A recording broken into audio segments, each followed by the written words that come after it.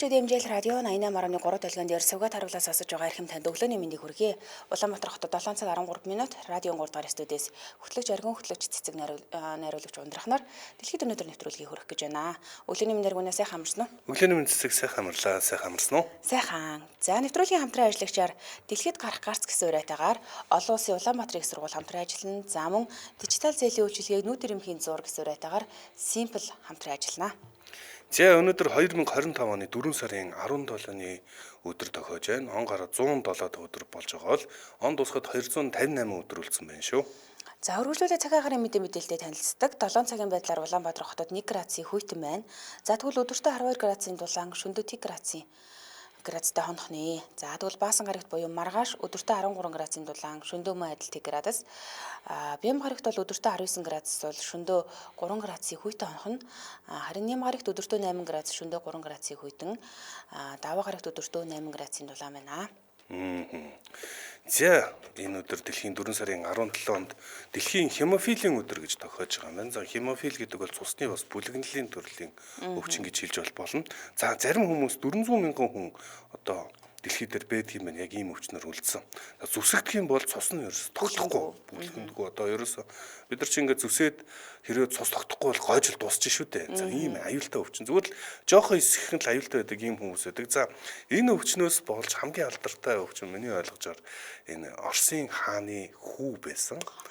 Оросын хааны бүгдээрээ дэлхийд өнөөдөр нэвтрүүлгээр ярьжсэн байх. Оросын хааны хүн хемофилтэй байсан бөгөөд энэ өвчнөөсөө болж Распутник гэртээ оруулж авсан гэж хэлж болно. Яг тухайн үеийн ангаах ухаан мэдгүй хемофил гэдэг өвчнийг мэдгүй байсан болохоор за энэ Оросын хааны хүүд нь аспирин бичиж өгöd байсан. За аспирин бол бүр эсэргээр цусны бүлэглэг шингэрүүлдэг. За ингээд бүр хүндрүүлээд байсан. Харин Распутин зөв өөр аргаар санал болгоцсон чинь Оросын хаан за энэ Распутин л ерөөсөө мундаг юм байна гэд.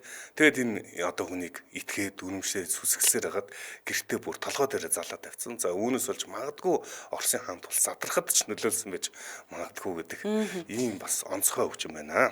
Распутины талаар ярьсан чи би бүрстэ ангаас ич хүмүүс гүнээрэл тэгэл шижлийнхэн байхгүй болохоор хүмүүс тэгээд яалтчгүй тиймэр хүмүүсийг толгой дээр гарахаас өөр арга байхгүй юм да тий.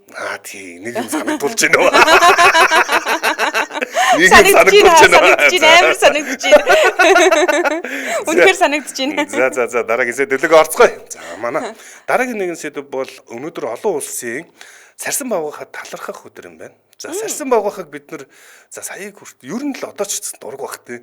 Ер нь жоохон дург. Ном зохиол дээр ер нь дандаа юм хар шидийн мэдин гэж хардаг учраас бид нэр тэрэнд магадгүй автаад тэгж боддог баг. За цус сорогчдыг сарсан бавгахаар өсөлтөг ер нь заван бохор мэдгүй янз янзаар ярьдаг. Гэхдээ сарсан бавгахаа бол бидний экологи байгаль дэлхийд бол маш чухал үүрэгтэй амьтан. За тэгэхээр энэ амьтныг бид нар одоо эн чинь хамгийн гол нь одоо хэрвээ сарсан бавгаханууд байдгүйсэн бол шавж дэлдэх байх юм байна. Тэгээ шавжийг тэнцвэржүүлэх экологийн тэнцвэрийг одоогийн байгаа тэнцвэртэй байдлыг хадгалахад сарсан бавгахаа их чухал үүрэгтэй. Тэгээд манайхаа битгий сарсан бавгахад би одоо хэддаар ярьдаг бол хэлчмээр л байна. Гэтэ дээрээс нь ковид болгоод.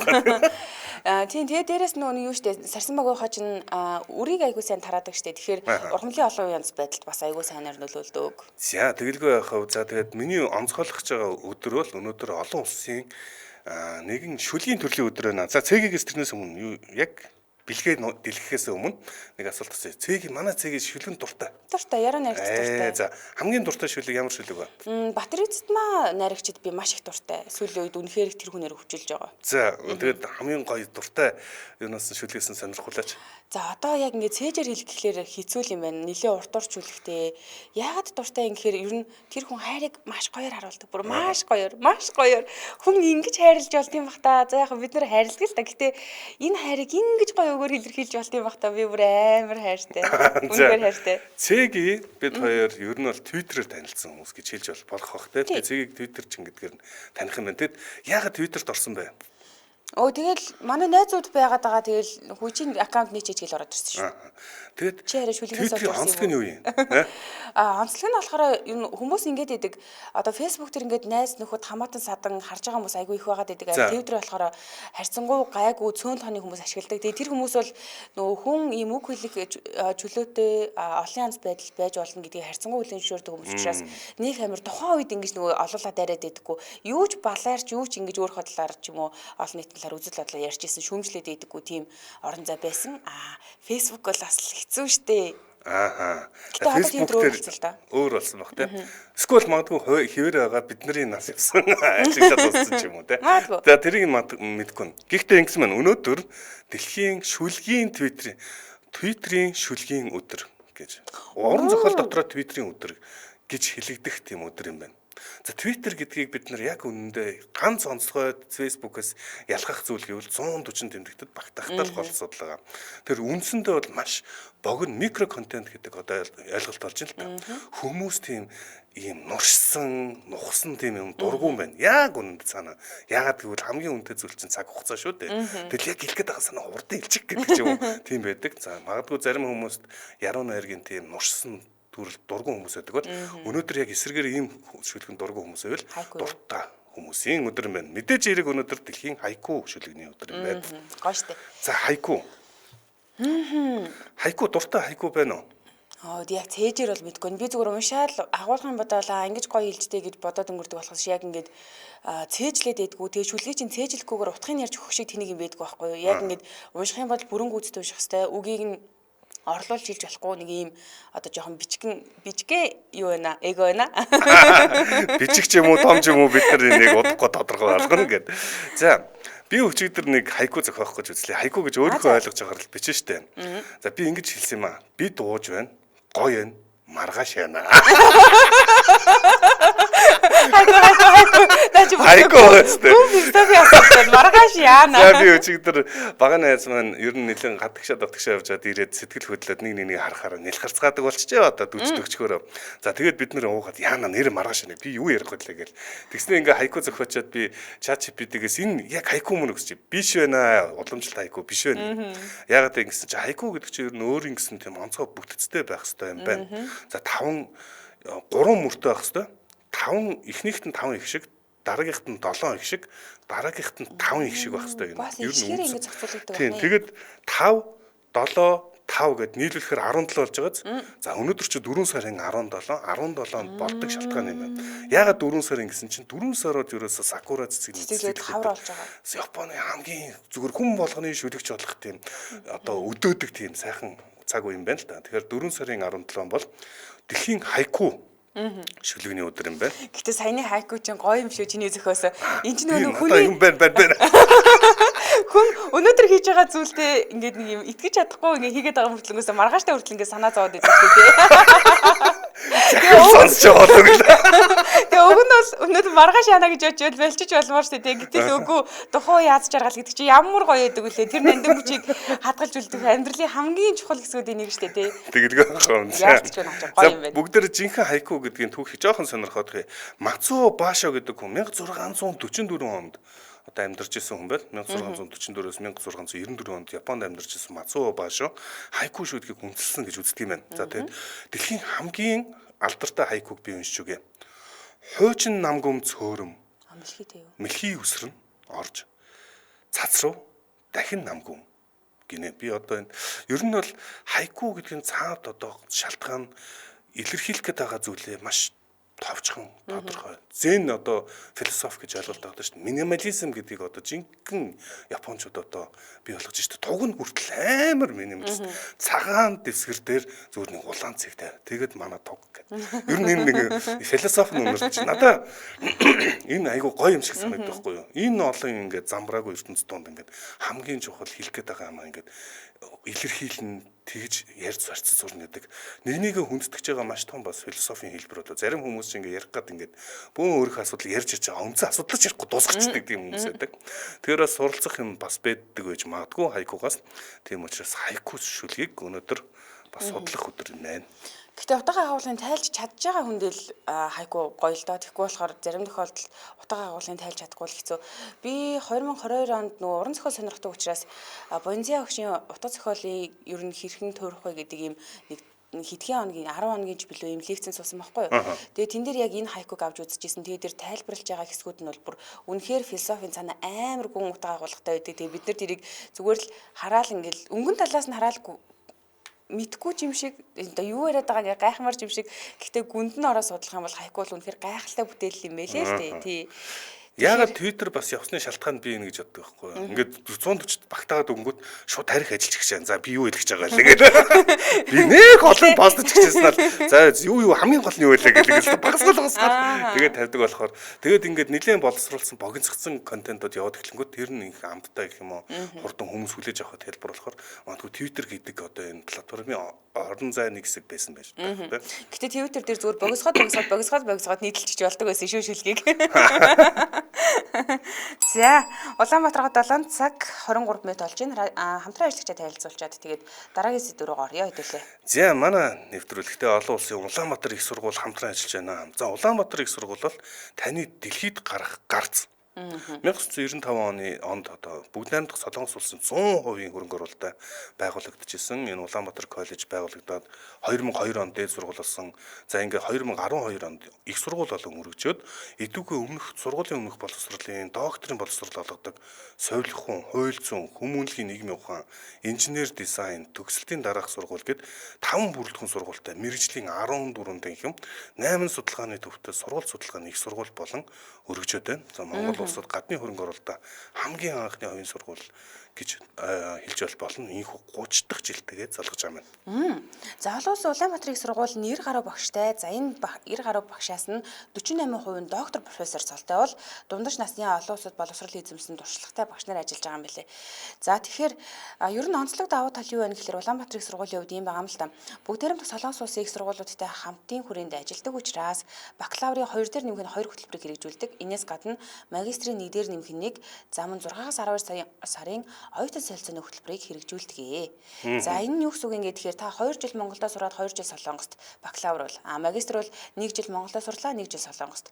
За энэс гадна 6-аас 12 сарын солилцооны хөтөлбөр байдаг гэсэн үг. За ингээд топик шалгалт бэлтгэх сургалтыг бас Сэжин хагдан сургалтын төвдөө тусгаалan зохион байгуулд юм билээ. За тэгвэл яаж элсэх гэхээр 6 сарын 23-наас эхлээд хичээлийн 1-р байранда элсэгчдийг бүртгэдэг юм билээ. Бас онлайнаар бүртгэж байгаа. Тэгээд энэ одоо ч нөгөө элсэлтийн ерхий шалгалт өгөхөд байна. Маргааш юу юм бэ л шүү дээ. Элсэлтийн ерхий шалгалтын Монгол хэлний шалгалт эхэлсэн байлээ шүү дээ нэрээ. Тийм шүү дээ. Одоо манай хүү гэж байгаа шүү дээ. Ийм том болсон билүү? Үгүй төрүүлж өгж болт юм байлээ шүү дээ. Тэгээд монгол хэлээ. Энэ хагасаа гэсэн баха. Манай ээж бол манай дээр маргааш гэдэг төрөө ярих шиг болсон. За тэгэхээр ямар ч байсан одоо оюутнуудын хувьд бол эд завгүй үе эхэлж байгаа. Тэгээд төгсөөд ямар сургуульд яаж суралцах уу гэдэг эцэг болоод хүүхдүүдийн өөрсдийнхөө сонголт байдаг. Тэгээд 2024-өөс 2025 оны хичээлийн жилд эсвэгчдэд зориулсан тэтгэлгийг зарласан байгаа. Олон улсын Улаанбаатар их сургууль. За 40% тэтгэлэгт нь та 500-аас 599 оноотой элсэгч бол хамрагдаж болно. За 50% тэтгэлэгт нь 600-аас 649 оноотой бол хамрагдана. 70% тэтгэлэгт 650-аас 690-с буюу 700 оноотой бол элсэж болно. За 100% тэтгэлэг гэж байгаа. Энэнд 700-аас дээш оноотой элсэж байх юм бол та ямар ч төлбөр төлөхгүйгээр олон улсын Улаанбаатар их сургууль суралцах боломжтой байна. За тэгэхээр улсын дугаарыг та бүхэн цээжлээд аваарай. 46 20 26 11 46 20 26. За IUU цэг идүү цэг юм ингээд орвол аль бисны вебсайт нэгаа. Олон улсын Улаанбаатарын их сургууль гэд кириллээр бичиж тавиал аль бисны Facebook пэйж нэгаа. Та бүхэн дагаад дэлгэрэнгүй мэдээллийг аваарай. За манай нэвтрүүлэгтээ дэлхийд гарах гарц үрээтэй олон улсын Улаанбаатар их сургууль хамтран ажиллаа. Баярлалаа. За баярлалаа. Манайхан комментээр хайку бичиж эхэлсэн. За төвхөний сорын бол нар гэрэлтэн сэвэлзүүр салхи бүжин нэг л 50 өдөр. Ой гинэ. Цаасан цонхойг цоолох хөнгүүч гэрт хүйтэн Японы алдарт хайку гэж батцаг ütсэн байна. Гэх мэтчлэн. За өөртөөхөө хайкуг ингэ бичээд идэг өдөр юм байна. За өнөөдрийн түүхэн төрсэн алдартай хүн хин бэ гэхээр Монгол хүний онцлогоор шийдсэн. За энэ хүн бол Монгол Улсын соёлын тэргүүний ажилтан, соёл урлагийн их сургуулийн бүжгийн урлагийн сургуулийн багш Бүжид Тэглээж, D-Dance Lab Contemporary Dance компани CEO. За мөнгөн модын 2 удаагийн эзэн Яндонгийн Дамчин Одгар гэдэг ийм хүний талаар ярих нэ. Мөнгөн мод гэсэн үү? Мөнгөн мод. Энэ мөнгөн мод гэдэг уралдаан ер нь Монгол Улсын хамгийн шилдэг урлагийн юунуудыг бүтээлүүдийг за урлагийн бүтээлээс гадна ийм нөгөө одоо юунуудыг бүжигчээд дуучид гэдэг урлагийн хүмүүсийг шалгуулдаг ийм тэмцээн юм билээ. Тэгээ мөнгөн модны 2 удаагийн эзэн гэсэн шүү. За энэ хүнийг яг яагаад ярих ёстой яагаад алдартай юм гэхээр ингэсэн. За би бүр ингэ дараалуулж байгаа дээрээ заяа. 2022 наснда Монгол Улсын соёлын тэргүүний ажилтан гэдэг сол цэмдгээр шагнуулсан. За. 22 наснда. Тэгээ олон улсад Монголынхоо нэрийг дурсаж яваа, Монгол бүжгээ дэлхийд сурталчилж яваа юм залуу л да. За бид нар үүнийг юунаас мэдхийн гэхээр хэрвээ санаж байгаа бол 2020 онд Солонгос суралцаж байхдаа метронд гудамд Монгол бүжгээ бүжгэлсэн.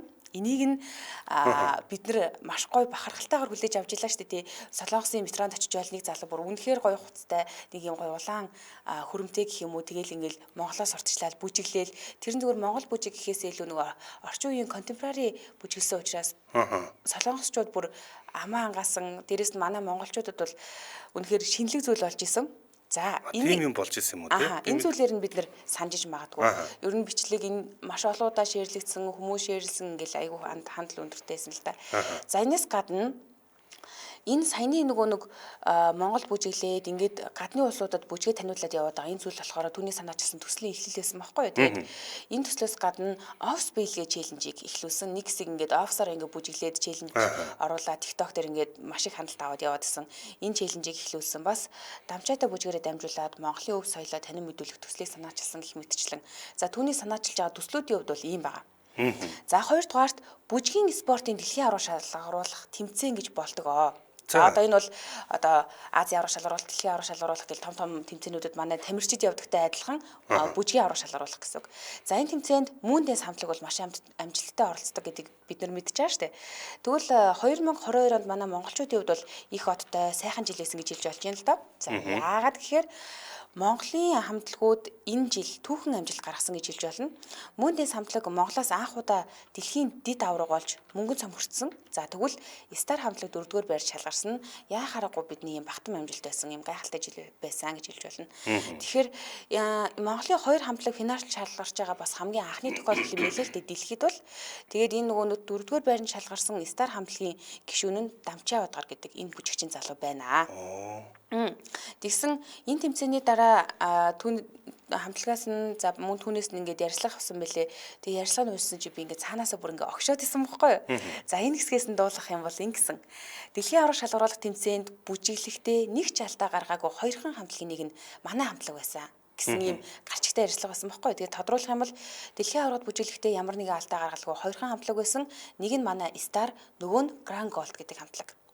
Финал шалгарсны дараа мэрэгчлэнүүд энэ жил дэлхийн аргад алдарт Вера хамтлаг оролцоогүй Оросын хүчирхэг хамтлагийг санагдуулан өрсөлдөгч нь танай Стар хамтлаг байлаа. Үнэхээр Вераг орлох хэмжээний өрсөлдөөн үзүүллээ гэж үнэлж тодтогч хэлж ирсэн юм билээ л дээ. Ингэж хэлсэн нь болохоор ер нь дэлхийн давцанд энэ хамтлаг ямар гайхалтай хамтлаг вэ? Ямар гайхалтай бүжигчид вэ гэдгийг нь тодтогч өгсөн. За тэгээ ер нь бол төр згээс бодлогоор дэмжиж өгчих юм бол Монголын хамтлагт дэлхийн авраг болоход бол тун ойрхон байна гэдэг ийм ярьцлагыг өгөөд тэгээд манай монголчууд ч бас ийм амжилт гаргасан юм байна. Нэрээ 2022 жил бүжигчтэй үед бол үнэхээр онцлог жил байжээ гэж харсан шүү. За, дэмжээ ажиллагчид танилцуулъя. Ар жанчуулангийн анхны ундрагаас савлсан хандгаатай жанчуулан дэмжээ ажиллаж байна. Хандгаатай жанчуулан ашааны их ундрагыг бохирдуулахгүй он удаан хугацаанд онгон дагшин байдлаар нь хадгалах хойч үедээ өвлүүлэн үлдэх үүднээс 2011 оноос ундрагыг онцгойлон хамгаалтанд авч хэрэглэгч олонд хүргэх зорилгоор хүнсний эрүүл ахуйн шаардлага хангасан савлгаатайгаар үйлдвэрлэх болсон. Та өөрийн болон хайртай хүмүүсийнхээ эрүүл мэндийг даатгаж дэлхийд өрсөлдөх хүнсний үйлдвэрлэл, хүнсний брендэд дэмжээрэй. Захиалгын утас 88 5 37 73 88 5 37 73 ар жанчил хандгаатай жанчилуун дэмжин ажиллаа баярлаа. За баярлаа. За түүний бас нэг амжилтуудаас буюу яагаад энэ хүн алдартай гэдэг талаар дахиад өргөжлүүлээд яриа л да. Онцолж байгаа бас нэг чухал зүйл байгаа. За дэлхийн аврах шалгаруулах бүжгийн тэмцээн байд юм байж. Энээс гадна олон улсын мэрэгжлийн бүжиг тэглээчтэй уралдаан гэж болт юм байна л да. За энэ уралдаанд Дамчаа Удгарын хувьд бол 2023 онд Гран При хүртсэн. Мөн 2024 онд престиж олон улсын бүжиг тэглээчтэй уралдааны Гран При шагналыг хүртсэн юм чадварлаг бүжигчин залуу байгаа. Бүжиг тэглээч гэж хэлж болно л доо. За мөн энээс гадна За ер нь бол ингээд ийм олон улсын чанартай зүйлүүдийг ярьлаа. Тэгвэл манай монголчууд энэ хүнийг яаж таних юм, юутай хамгийн ойрхон байна гэхэлэр одтой бүжиглийн шоуг ер нь бол манайх үзэж байгаа бах тий. Тэгээд D-Dance Lab Contemporary бүжгийн студийн бүжигчдийн гал гарсан үзүүлбэрүүдийг бас давхар үзэж байгаа гэж найдаж байна. Энэ бол сошиал бас нэлийн хяналт авсан ийм гоё бүжиг дэглэсэн мэлээ. За энэ бүжиг дэглэсэн ийм залуу. Тэгээд дээрэс нь за бид нэр одоо 7 сар болгоо ингээд үндэсний баяр наадмаа тэмдэглэх юм уу. Тэгвэл өнгөрсөн жилийн наадмын нээлтийн ерөнхий дэглээчээр дамжин одоор ажиллажээ. За энэ хүний талаар хэдүүлээ намтартай өнөөдөр танилцах нь байна. Бага насны хувьд бол Баянгор аймгийн Баян цагаан сумд төрсэн аав ээжийнхээ отхон хүүн 1995 оны 4 сарын 17-ны энэ өдөр төрсэн гэхээр 30 нас хүрж байгаа ийм залуу байна. За тэгээ 2006 оноос Баянгор аймгийн Хүчин драмын театрын бүжгийн багш Монгол Улсын гавьяач жүжигчин Алтан цэцгийн удирдлагадор мэргэжлийн бүжигчний гараагаа эхлүүлсэн. За ер нь манай Баянгорынхан бол театрын алтан багш гэдгээр маш сайн мэддэг ийм гайхалтай багш байгаа. Түүний гарын шав гэж хэлж болно. Тэгээ бас нөгөө ярахад яагаад ийм ойрхон байсан гэхээр манай дүү алтан багшийн манай үеэл алтан багшийн шав байсан байхгүй. Тэгээд ер нь Баянгор аймагт жилд Хаврын баяр гэдэг том бүжгийн тэмцээн болдог. Энэ тэмцээнд нөгөө дүүгээ дагуулаад ингээ явхад дамжин одгор байдаг байсан учраас ер нь дандаа тэргүүлдэг байсан учраас би айгүй сайн мэдх юм бэлээ. Манай нэг ч үе юм бэлээ. Тэгээ бүжигт ер нь багасаа дуртай байсан гэж өөрөө ярьсан бэлээ. Тийм ч учраас урлагийн за тэр дундаа бүжгийн хүн болно гэдг нь багасаа тодорхой байсан гэж харж болж байгаа. За ингээд 2017 онд соёл урлагийн сургуульд бүжиг дэглэж найруулагч мэргэжлэр төгссөн 2018 онд цагдаагийн сүлд чуулгад ажиллаж эхэлсэн. За мөн үүнээс энэ үеэс эхлээд дэлхийг тойрсон биелгээ гэдэг ийм төслийн санаагаа олсон гэдэг юм билээ. За одоо манай найруулагч энэ юуныхан талаар дэлхийг тойрсон биелгээ гэдэг энэ төслийнхэн талаар танилцуулах бах. Ер нь дэлхийн ийм хотуудад очиод Монгол бүжгээ бүжиглээд тэрийгээ сошиал орчинд буюу өөрийнхөө YouTube хуудасаар дамжуулаад Монголын бие биелгээ гэдэг зүйлийг олон улсад сурталчилж явж байгаа залуу л да. За энэс гадна ер нь тухайд энэ нөгөө төслийнхаа санааг олсон гэсэн шүү дээ. Тэгээ Герман руу орчин үеийн контемпорари бүжиг дэглээчдийн уралдаанд явж исэн юм байна. Тэгээд энэ үедээ санаагаа олцоо тэгээ хамгийн анхны бичлэгээ хийсэн ч гэсэндээ харамсалтайгаар энэ бичлэгээ устгасан юм бэ лээ. Тэгээд мөн 2017 онд Бүгд найрамдах Солонгос улсад контемпорари бүжгийн чиглэлээр суралцаад 2019 онд Бүгд найрамдах Солонгос улсад орчин үеийн бүжигчдийн олон улсын тэтгэлэг төлбөрт хамрагдаж мэргэжил дэвшлүүлсэн ийм залуу байна. За одоо ингээд орчин үеийн тэр гайхалтай зургуудыг нь харах юм бол бие ямар гоё авч явдیں۔ Ямар гоё бүжгэлдгийг, ямар гоё гоо зүйтэй тэр зургуудыг нь хараад өчигдөр би бол үнэхээр ангайсан. Яалтчгүй ийм орчин үеийн гоё залуучуудын төлөв мөн билээ. За тэгээ контемпорари гэх чиглэлийг сонгосон шалтгаанаа хэлж ийн л да. Ер нь контемпорари гэж юу яриад байгаа? Контемпорари бүжгийн төрөл гэдэг нь юу вэ гэдгийгсэн ингэж байна. Миний контемпорари чиглэл дурлах болсон шалтгаан нь хэв маяг уламжлалт баригдахгүйгээр өөрийгөө чөлөөтэйгээр илэрхийлэх чанар нь байсан. Өнөөгийн Монголд бид шинэ зүйлийг сэтгэж санаачлахгүй бол нөгөө л баригдмал, хайрцаглагдмал хүрээндээ үлдэх гээд байгаад байна. Тиймээс биелгээг зөвхөн үндэстэн угсаатны хувцастай биелэх биш. Яагаад орчин үеийн хослолтой эсвэл чөлөөтгий маягаар бүжиглж болохгүй гэж. За нөгөө талаас бол үндэсний бүжгээ бүжиглэх гэхээр ихэнхдээ дээл өмсөх шаардлага гараад идэг. Харин оффист ажилладаг хүмүүсийн хувьд бол Монгол дээл өмсгөөс гадна хослолтойч бас биелгээ хийж болно гэдгийг би харуулахыг хүссэн, зорьсон гэж хэлсэн бэлээ. Тэгэхээр тэр нөгөө офс челленж бол миний хувьд бас айгүй гоё байсан. Офс хувцастайгаа гарч ирээл Монгол бүжгээ бүжиглээд энэ чинь бас болт юм штэ. Заавал дээл өмсөх ямар шаардлага байна гэж бодсон шүү. За мэдээж энэ их амжилтын үндэс нь цаг наргүй бэлтгэл өгдөг. Тэгээ бэлтгэл хийхдээ хэрэг цагийг зарцуулт юм болоо гэд хайж үзлээ. Тэгсэн пик сегмент өгсөн ярилцлагатаа ингэсэн байна. Тэмцээн уралдаанд дан ганц хувийн нэр хүндээ гаргаж байгаа юм биш. Олон улсын тэмцээнд орох үед дамжин одгор гэж дуудуулахгүй, Монгол гэж дуудуулдаг болохоор маш хариуцлагатай байх хэрэгтэй байдаг. Өнөөдөр тэмцээндээ орж дуусаад маргааш нь өөр тэмцээний бэлтгэлд орох үеч байна. За тэгэхээр ер нь бэлтгэлээ тасдуулахгүй, тасалтуулдаг өдөр гэж надад бол ер нь байхгүй л те. Хагас жилийн турш тасралтгүй бэлтгэл хийсэн үеч байна гэж ярьсан байлээ. Тэгэхээр ер нь ямар ч баяр ёслол байсан 365 хоногийн магадгүй 360-д нь бэлтгэлтэй бэжиж ийм амжилтанд хүрдэг байх нэ. За тэгээ энэ пик сегментийн ярилцлагыг үргэлжлүүлээд уншижсэн чи бас нэг ийм сэтгэл гогдсон юу байсан? Асуудал байсан. Тэгээд ер нь ийм амжилттай залуу учраас таныг гадны орнуудаас ажиллах урлаг ирдэг болов уу гэж асуусан мэлээ л дээ. Тэгээд нэр юу илээ? гадны улсуудаас урьдлага эртгэл бэлгүүдээ гэж бодоод цааш нь сонирхож үзсэн. Тэгсэн 2 жилийн өмнө Бразил Германаас хамтарч ажиллах санал тавьж исэн гинэ. Тэгээ тухайн үед бол би болоогүй Монголдо хийх ажил байгаа учраас хамтарч ажиллаж чадахгүй нэ гэж хариулж исэн. Харин одоо бол хийж байгаа зүйлс маань 50-60% хүрсэн агцтай явж байгаа гэж бодсон учраас гадагшаа явж ажиллах хүсэлт байгаа гэсэн мэлээ. Тэгээд нөгөө өөрийнхөө хийж бүтээж байгаа зүйлүүдийг бас нөгөө тайлагнах тоглолтоо 2024 оны 4-р сарын 19-ний өдөр хийсэн өөрийнх нь бие даасан тайлан тоглолт Mongolia Contemporary нэрээр тоглогдсон юм билээ. Тэгээд бас нэг сонирхолтой зүйл ингэсэн. Ер нь цагдаагийн сүлд чуулганы талаар ярихаар л хурандаа гаваас рунгаа дохоод дурддагддаг штэ тийм ээ. Тэгээд энэ сайн мэдгүй. Нөгөө нэг хоёлаа хин дээр ярьж байсан. Аримбаатар Монголын гарч Аримбаатар дээр бас ярьж байсан. Яагаад нөгөө таксинд явж исэн чинь гаваас рунгаатай таараад тэгээ буцаж урлагтаа орох болсон гэд. Тэгээд гаваас рунгаа их нэртэй хамт маш олон гайхалтай дуунуудыг бичсэн байдаг. Охин ч гэсэндээ гайхалтай дуучна л та. Тэгээд гаваас рунгаа бас ингээд нөгөө цагдаагийн сүлд жуулгаад ажилдаг байхдаа энэ хоёрын хооронд ярьсан зүйлийнхэн талаар ингээд энэ пик цэгмэн дээр гарсан билээ. Тэгээ сүлд чуулгын хамгийн гол зорилго бол соён гээгэрүүлэх, намайг ах чуулгад орж явахад арга маань соёлын гавьяа зүтгэлтэн гаваас руу хурандаа ингэж хэлж ийла гэд хэлсэн байгаа байхгүй юу. Урлагийн хүмүүс та нар буу урээгүй дайчид соёлыг нь устгахгүйгээр тухайн улсыг мөхөх боломжгүй гэж хэлсэн юм билээ. Тэгээд энэ үгийг сонсонгуудаа урлагтаа илүү үнэнч байж хөгжүүлэх нь миний үүрэг гэж бодох болсон гэж ярьцлага дээр хэлсэн билээ. Тэгээ энэ бас үнэхээр надад гоё санагцсан. Соёлыг нь устгахгүйгээр тухайн улсыг мөхөөж болохгүй гэд яг ингээд хүмүүстэй за цагдаагийн сүлд жуулаад ажиллаж байгаа энэ уран бүтээлчтэй яаж гоё ингэж нөгөө соёлыг байх ёстой бид нэр ингээд энийг таниулах ёстой гэдгийг өчрлөж хэлсэн нь айгүй гоё санагцсан. За тэгээд түүний гаргасан амжилтуудаас би зүгээр 5-ыг л дурдъя л та. Маш олон шагналаас эндээс 5-ыг нь дурдъя. Бүгд найрамдах Солонгос улсын Сөүл хотноо жил бүр зохион байгуулагдсан Сөүл 2023 олон улсын мэргэжлийн гослол бүзэгчдийн уралдаанд контемпорари этник бүжгийн төрөлд аврах болсон. За мөн Оросын албаны улсын Улаан-Уд хотноо зохион байгуулагдсан олон улсын мэргэжлийн бүжиг дэглэгчдийн Престиж 2020 уралдаанд бас авраг болсон. За мөн мөнгөн бод уралдааны мөнгөн бод урлагийн шилдэгүүдийг шалгаруулах ёслолын шилдэг бүжиг дэглэж болсон, шилдэг бүжигчин болсон. Ингэхээр мөнгөн бодны 2 удаагийн эзэн гэж хэлж болно. За мөн Монголын баяр наадмын ерөнхий бүжиг дэглэгчээр ажиллаж исэн нээлтийнхэн за мөн хүн эзэнт гүрэн онгод бүтээл нь дэлхийн цэрэгчдийн олимпик гэдэг хамгийн нэр хүндтэй Монте Карло тэмцээнээс акробатын төрөлд анхны мөнгөн алиалагч цомыг Монголдо залсан юм билээ. Тэгэхээр Дамжин хадгар маань уг бүтээлээ найруулагч бүжиг дэглэгчээр нь ажилласан гэж хэлээ.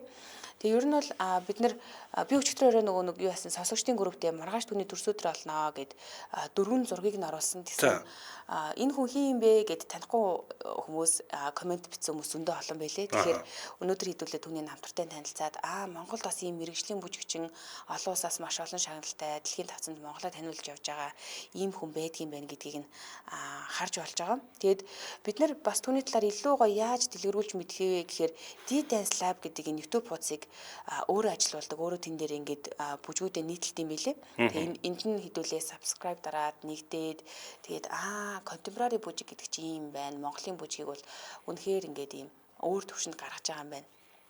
Тийм учраас энэ D-Dance Lab гэдэг нэрээр ороод бид нар илүү гоё зүйлийг харах боломжтой. Яг нь тоглуулж болно л та. Гэтэ тоглуулах гэхлээр нөгөө зохиогч эрхийн асуудал гэдэг нэг юм асуудал байгаад байна. Тийм учраас та бүхэн өөрсдөө ороод харж хараа. За энэ би contemporary бүжиг гэж юу гэдэг юм болоо гэдээ их сонирхож харлаа. Анхудаа сонсч л та үүндээ ёстой энэ тал дээр маруухан юм аа. Тэгээд энэ бол нэг юм модерн бүжгийг балет, жазтай хослуулсан тийм илэрхийлэлтэй ийм бүжгийг хэлдэг гинэ. Одоо энэ тайлбараар бол зөв үү те? Тийм өөрийнх нь тайлбарснаар бол яг нөгөө нэг орчин үеийн хэм маягтай хослуулад заавал нөгөө нэг юм нэг хэвэнд буюу те юунда баригдахгүйгээр орчин үеийн хэм маягтай хослуулсан илүү контемпорари тал руугаа юм байлээ. За түүний сонирхолтой тийм бүжгийн юу гэдэг юм бэ штэ салбар гэдэг юм байна. За хамтдаа ажиллагчаа танилцуулъя. Манай нэвтрүүлэгтээ дижитал зээлийн үйлчилгээг нүд ирэмхийн 100 хувиараа Simple хамтран ажиллаж байна. За энэ Simple гэдэг аппликейшны хувьд бол 30 хүртэлх сая төгрөгийн зээлийг нүд ирэмхийн зур авах боломжтой гэж байгаа. Тийм хамгийн гол нь уян хатан нөхцөлтэйгээр аавна гэсэн. За Simple зээл авах нь процесс зарцуулах цагийг багасгаад таны санхүүгийн нөхцөлд таарсан хамгийн дээд хэмжээгээр зээлийг олгож байгаа. За тэгэхээр ер нь давуу талууд нь юу вэ гэ харлаа. За. Надад хамгийн их таалагдж байгаа нь зээл олголтын шимтгэлэн тийг юм байна. Бид нар эндээс зээл авахгүй нэг хувь гэл аваад идэг шүү дээ. Тэгээд нэг жижигэн сардал гаргаад бас тэр чинь одоо ер нь бол нэг жоохон тийм таагүй шүү дээ тий. Зээл олголтын шимтгэл авахгүй гэсэн байна. Зээлийн доод хэмжээ нь 100 мянга, дээд хэмжээ нь 30 сая хүртэлх зээл. Гэхдээ симбл дотор маш олон зээлийн бүтээгдэхүүнүүд байгаа. Энээс ганцхан битээр өнөөдөр дижитал зээлийг нь онцолж байгаа. Дижитал зээлийн хувьд бол дээд хэмжээ нь 30 сая төгрөг. Гэхдээ үүнээс гадна өөр бүтээгдэхүүн байгаа гэж хэлж болно. Хугацаа нь бол 40 сар хүртэлх юм лээ. Тэгэлгүй яах вэ? За тэгэхээр та яаж симплийг ашиглах вэ гэхээр хамгийн ихэнд мэдээж хэрэг таны хийх нүүдэл бол симпл апп татаад авах хэрэгтэй. Татаад авсан хүмүүс нь харин симплийн харилцагч болж бүртгүүлнэ. Дижитал зээлийн эрхээ бас ингээ харна. За ингээ хэрэглээний зээлийг нэг удаа гэрээ байгуулад л та хэдэн ч удаа зээл авах эрхтэй боломжтой болж байгаа гэсэн үг. За 40 сар хүртэлх хугацаанд зээл авах боломжтой гэхээр та ер нь өөрийнхөө нөхцөлд их уян хатан тохируулах боломжтой гэж хэлж болно. За тэгээд байгаа газраас гар утас ашиглаад л онлайн гэрээ бас байгуулж болно шүү. За микро хэрэг нийгмийн татгалын шимтгэл төлдөггүй бол бас нэг нэмэлт үйлчилгээ танилцуулъя.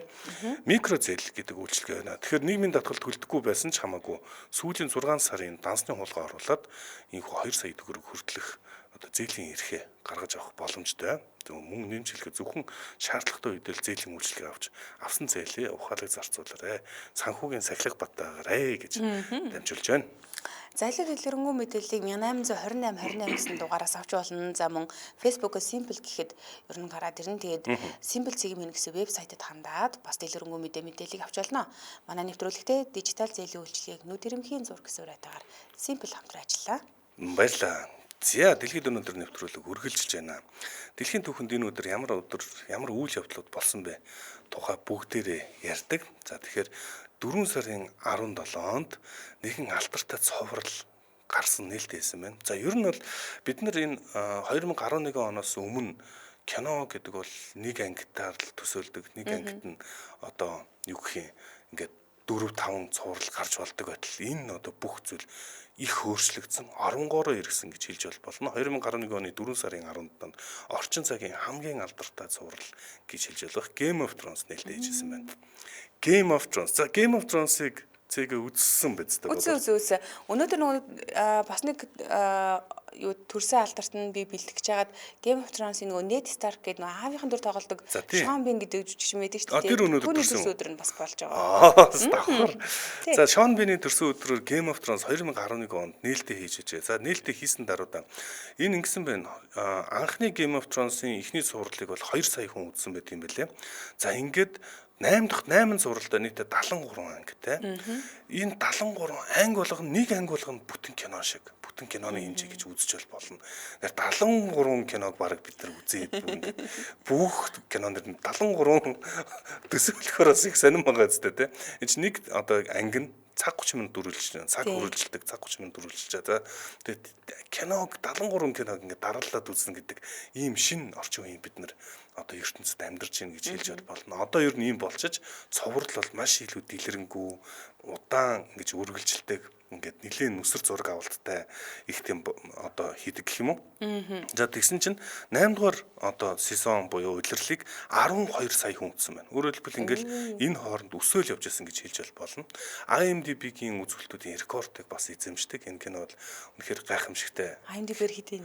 IMDb 3-4 дугаар суврал дээр 9.1 өнөө 9.2 хамгийн өндөр гэж явж исэн. За тэгээд харамсалтай нь 8 дугаар сезон 7 дугаар сезоны үнэлгээ нь их бага байдаг. За энэ бас шалтгаан нь бол айгүй ойлгомжтой. Энэ бол угаасаа Song of Ice and Fire буюу гал мөсний дуу гэдэг номон дээр үндэслэж хийсэн. Гол нь сүүлийн хэсгүүд номонд бичигдэг байсан.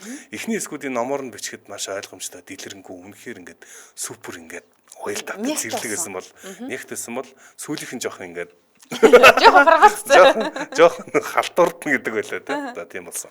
За тэгээд Game of Thrones бол мэдээж 4 гэр бүл эрх мэдлийн төлөө хөрсөлдөж байгаа ийм одоо үйл явдлыг харуулдаг. Би зөвхөн цэгээс ийм асуулт байна. Аль гэр бүлд нь илүү чи ингээд гэр бүл болгонд өөр ингэсэн тийм онцлогуудыг харуулдаг шүү дээ тийм.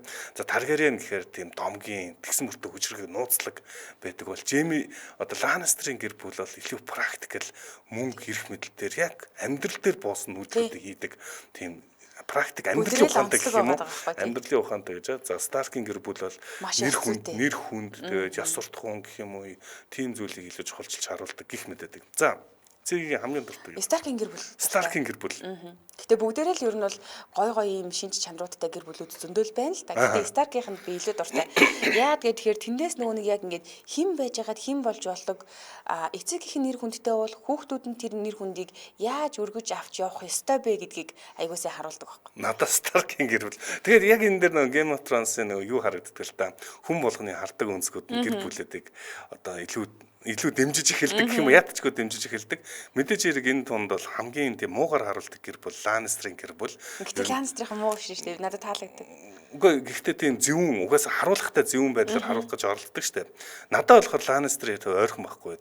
Амьдралд маш тийм ойрхон тийм гаргаж байгаа шийдвэрүүд нь Старк ч ингээд харахаар ингээд нэг л их сүржинсэн гэсэн мөртлөө яг амьдралтай байхгүй. Тэгэл ингээд хитэн тийшээ тараад ингээд явж идэг. Тэгээ азар одоо Ария ч юм уу эсвэл тэднүүсэн Санса эдэр нь одоо азар ингээд амьдралдэл азант надад л яваад идэг гэх юм уу. Нэг тийм байдлаар явдаг. Стратеги ухаан байхгүй юм шиг. Зүгээр надад санагддаг шүү. Энэ бол зүгээр миний бодолтой. Гэтэ хүүхдүүдийн хувьд харьцуулах юм бол Ланнистерийн хүүхдүүд ч гэсэн тэнэг штэ. Тэр нөгөө удам залгамжилж байгаа нөгөө хордуулаад өгчдөг ханху махууч их юм блэ. Яг тэнэгийн хувьд бол тэд нар чи бүгдээрээ л нэг үе. Тэр чи Баражаны хүү штэ. Бүгдээрээ Баражаны хүү. Үгүй тэр чи нөгөө Жемигийн хүү штэ. Хордоод өгчдөг тийм Жемигийн хүү байхгүй. Тэгэхээр яг өсвөр насны тэр нөгөө ижил насны хүүхдүүдийг хооронд нь харьцуулах юм бол Старкийн гэр бүлийнхэн хамаагүй өөр хүүхдүүд нь тэгээд одоо ингээд цаашаага ийм золон дуусаад туулаад ингээд хөгжөөд явна гэх юм бол мэдгүй би яаж исэн ч Старкийн талд байна. Гэхдээ яг Жофри эдэр бол Жофри эдэр бол ганц Ланнистерийг илэрхийлэхгүй байх л та зүгээр яг киноны зохиолоор бол би ойлгохдоо Ланнистерийн гэр бүлийн гол одоо сүнсийг Тирион авч явж байгаа байхгүй. Тирионы дээр ухаантай тэр ер нь юмд хандж байгаа бол харьцуулшгүй шүү дээ. Тэгээд ер нь тэр энэ нас гэр бүлээс харуулж байгаа нэг дүр нь бол Тайван яг улс төрийн одоо том хүн юм шиг харагддаг. Дандаа стратегийн бодлоодыг гаргадаг, бодлоготой байх хэвээр.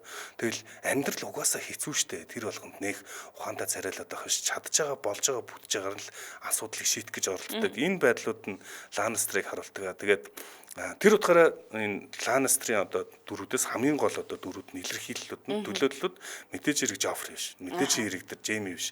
Энэ Жейми биш. Тайван Тирион өдр болох байх тийм. Би тэр утгаар нь Ланнистер гэж боддог. Юуны Старкийн гэр бүлд дуртай байдаг бас нэг шалтгаан гэдэг юм бол ер нь хүн болгон заавал удирдахч байх албагүй шүү дээ. Аягүй сайн гүйцэтгэгч байж болдог гэдэг л юуны Старкийн гэр бүл аягүй гой гаргадаг байхгүй. Одоо жишээлбэл юу хаан ингээл тэдний гэр бүл дээрэл надад ингээд цаашдаа хамт хүн хэрэгтэй байна. Чи ингээд тийшээ очиод ингээд надад тусал мусал гэсэн чи ер нь бол тэр чи ингээл өөрийнхөө мэдрээлтэй, өөрийгөө мэдрээл, гэр бүлээ мэдээл, өөрийнхөө зан чанарыг мэдээл нэг арай нэг жоохон холгоо шиг очиод сурцсан байгаа шүү дээ. Гэтэл тэрийг заавал ингээд улс төрлөө татаж оруулах шаардлага яг юу байсан бэ гэдэг бас айгүй сайн. Тэгээ тийм юм руу орооцолдоод ирэнгүүт нэр хүндээ нэгдүгээрт алдаагүй айгүй гоё байдаг. Хоёрдугаарт ер нь бол заавал нэг тийм удирдахч байх албагүй айгүй сайн гүйцэтгэгч байж бас болт юм байна. Айгүй сайн гүйцэтгэгч байх нь бас хүмүүст таалагдд юм байна гэдэг энэ дүр зургийг харуулсан учраас Старкийн гэр бүл би айгүй дуртай. За ямар ч гэсэн ингээл хүмүүс яриул дуусахгүй яриа өгдөдөг. Game of Thrones хайртай цувралуудын өнөөдөр нээлттэй хийжсэн өдөр юм байна. За тэгээ Game of Thrones-ыг сонирхон шимтэн үздэг бас хүмүүстээ бас баяр хүргэх ёстой юм шиг байна. Энэ бүтээл дэлгэцний амилсанд те. За ингэсэн байна. Game of Thrones огт үзээгүй гэж Касо Юрэ бичсэн байна. Сов дундрах Game of Thrones-ыг үзээгүй царын ганц хүн юм шиг байна гэсэн. Мэдээж хэрэг үзээгүй хүмүүс бол олон байгаа. Гэхдээ үзсэн хүмүүс бас олон. Тэгээд үзээгүй бол би тэгсэн Game of Thrones-ыг ер нь сүүл цуврал хүрт үзээгүй. Тэгээд манай найзууд сүүлдээ баг чи үзээгүй чинь хогцаа юм аа. Чи үзээгүй огч чиний л огч. Тэгэл одоо баг гарахгүй юу үзсэн. Би ерөөсөө үзээгүй байж чаа саяхан үзсэн. Тэгээ үзсэндээ айгүй их баярлсан. Тэгээд үзээгүй байхдаа би нэг тоодгүй байсан. Гэхдээ одоо үзээгүй хүмүүсийг бол би жихнээсээ хогчл гэж хэлнэхгүй. Ийм гоё үзгүй. Тэгээ аргунаас нэг юм асуухад ер нь хамгийн гоё хөгцсөн дүр хэн бэ? Хөгцсөн дүрээ. За одоо би тэр дундаа миний одоо хамгийн дуртай дур Тирион болж хувирсан л да. Тирионыг эргээ бодохоор амьдрал дэх ойр юм шиг. За тэгэд Тирионы зовлон шанал гэх юм уу туулж байгаа замлалын хүн дээр ингээд би болгоод анхандаа тийм нэг жоохон хинэггүй юм шиг тэнэг юм шиг хэн ч хамаагүй юм шиг дүр байж байгаа. Сүүлдээ агуу өдөртөгч болж одоо хөгждөг. Тэр нь надад их гоё санагдсан байна. Надад Старкийн хоёр охин бол үнэхээр гоё хөгжүүлдээсэн санагдсан. Тэр тусмаа Сансаа чинь зүгээр юу ч мэдгүй эрхлээл явж идэг нэг охин байж байгаа л тийм. Сүүлдээ бүрстэ үнэн зэвүүн дүр гаргаж ирдэг штэ тий. Тэр нөгөө нэг туслахыг яадаг үлээ. Яаж тэр нэг муухай чигчөөр үлээ. Тэрнээс салдаг үлээ. Гоёо гоё. За энэ түрээд нэвтрүүлгийн өндөрлөх цаг болсон байна. Манай нэвтрүүлэгтээ Дэлхийд гарах гарц гэсэн үрэтэйгээр олон улсын Улаанбаатар их сургууль хамтран ажилласан. За мөн дижитал зээлийн үйлчилгээг нүд эрмхийн зураг гэсэн үрэтэйгээр Simple хамтран ажилласан. Сонсогчдоо үргэлжлүүлээд 8 цагаас радио мэдээг үлээн онцсороо 8 цаг 10 минутаас та мэдхүн нэвтрүүлгээрээ хэдүүлээ эргээд уулзцгаая. Баярлалаа Аргуна. Баярлалаа Зүсэг.